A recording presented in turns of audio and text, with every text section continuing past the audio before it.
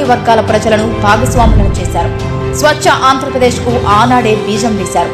దేశంలోనే మొట్టమొదటిసారిగా e governance కు నాంది పలికారు. పేదరికంతో సతమతమయ్యే పల్లెల్లో చంద్రబాబు ప్రభుత్వం ఏర్పరిచిన స్వయం సహాయక సంఘాలు కొత్త వెలుగులు నింపాయి. డ్వాక్రా సంఘాలకు రుణాలిచ్చి ప్రోత్సహించారు. ఐటీ మరియు ఐటీ ఆధారిత సేవలు భారతదేశపు అతిపెద్ద ఎగుమతుల పరిశ్రమ కావచ్చని చంద్రబాబు ఆనాడే ఊహించారు. అందుకోసం ఏపీని పెట్టుబడులకు గమ్యస్థానంగా ఇన్ఫర్మేషన్ టెక్నాలజీ హబ్ గా మార్చడానికి చంద్రబాబు చేసిన కృషి బిల్ గేట్స్ వంటి ప్రముఖులను సైతం ఆకర్షించింది. చంద్రబాబు విజన్ లో ఐటీ అన్నది ఒక భాగం మాత్రమే. అంతకు మించి అనేక రంగాలలో అనూహ్యమైన మార్పులకు చంద్రబాబు నాంది పలికారు.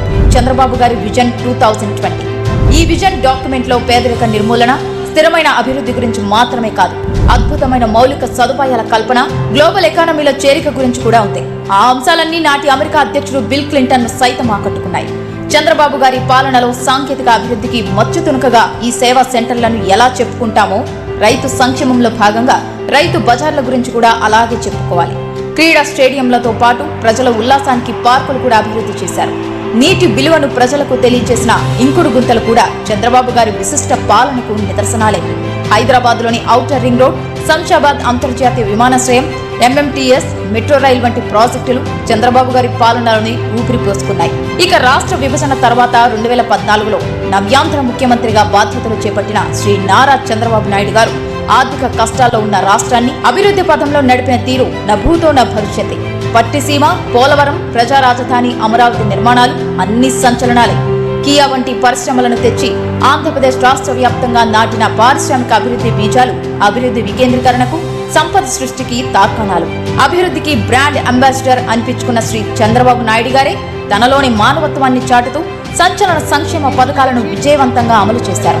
పింఛన్ల విషయాన్నే తీసుకుంటే అన్న ఎన్టీఆర్ 1984లో 30 రూపాయల పింఛనిస్తే చంద్రబాబు గారు 1995లో మొదటిసారి ముఖ్యమంత్రి కాగానే 75 రూపాయలు చేశారు. అలాగే 2014లో 200 ఉన్న పింఛన్ని 5 ఏళ్లలో 2000 అంటే 10 రెట్లు పెంచారు. పింఛన్లను ఇవ్వడాన్ని ఒక సామాజిక బాధ్యతగా భావిస్తారు చంద్రబాబు. అలాగే పేదలకు కేవలం 5 రూపాయలతో రుచి, శుచి కలిగిన ఆహారాన్ని అన్న క్యాంటీన్ల ద్వారా అందించారు. ఆయన చేసిన రైతు రుణమాఫీ ఒక చరిత్ర. ప్రజలను సరైన ప్రగతి వైపు నడిపించాలంటే ఆ లీడర్ కు ఒక విజన్ ఉండాలి. విజన్ తో పాటు క్రమశిక్షణ, కృతనిశ్చయం, శ్రమించే తత్వం, చిత్తశుద్ధి, సహనం, సాహసం, ఈ లక్షణాలన్నీ కలిగిన నాయకుడు శ్రీ నారా చంద్రబాబు నాయుడు గారు.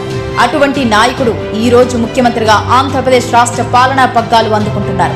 ఇది ఆంధ్రప్రదేశ్ ప్రజలకు నిజంగా శుభదినం. స్వర్ణ శకానికి నాంది పలుకుతున్న ఈ తరుణంలో ఆంధ్రప్రదేశ్ ప్రజలకు శుభాకాంక్షలు. చంద్రబాబు గారి పాలన రాష్ట్రంలోని ప్రతి ఒక్కరికి అత్యుత్తమమైన భవిష్యత్తును పంచాలని, ప్రతి గడపకు ప్రగతి, సంక్షేమం, ఆనందమని శుభాల తోరణాలు కట్టాలని ఆకాంక్షిద్దాం. ఓసారి చప్పట్లతోటి మనం వెల్కమ్ చేయాల్సింది, స్వాగతం పలకవలసింది. గత 10 ఏళ్లలో తనకంటూ ఒక ప్రత్యేకతను సంతరించుకున్నారు తండ్రికి తగ్గ తనయుడు. 5 ఏళ్ల కీలక శాఖలకు ముఖ్యమంత్రిగా నవ్యాంధ్రకు పెట్టుబడుల కలను తీసుకొచ్చిన లోకేష్ గత 5 ఏళ్లుగా ప్రతిపక్షానికి చిరునామాగా నిలిచారు. తండ్రి కార్యదక్షత, పిలుపుతో యువగళం స్ఫూర్తిగా రాష్ట్రమంతటా యువతలో చైతన్యాన్ని తీసుకొచ్చారు. Please put your hands together and welcome Nara Lokesh గారు.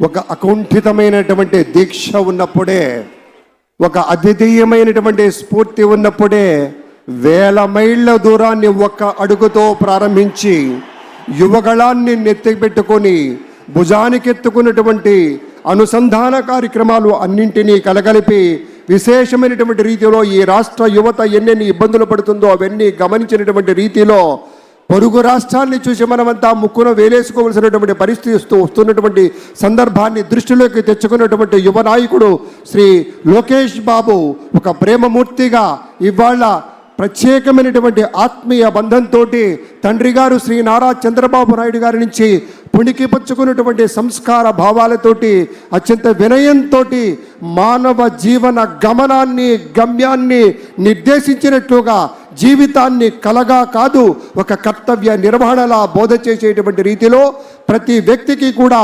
పరిపూర్ణమైనటువంటి మానవత వైపు దారి దీపంలా ఉండేటువంటి స్థాయిలో ఆయన పరిశ్రమించిన తీరు అనుపమానమనేటువంటి మాటను మీతో పంచుకుంటూ శిథిలమవుతున్నటువంటి విద్యార్థి జీవితాలకి మళ్ళీ చెప్తాను, శిథిల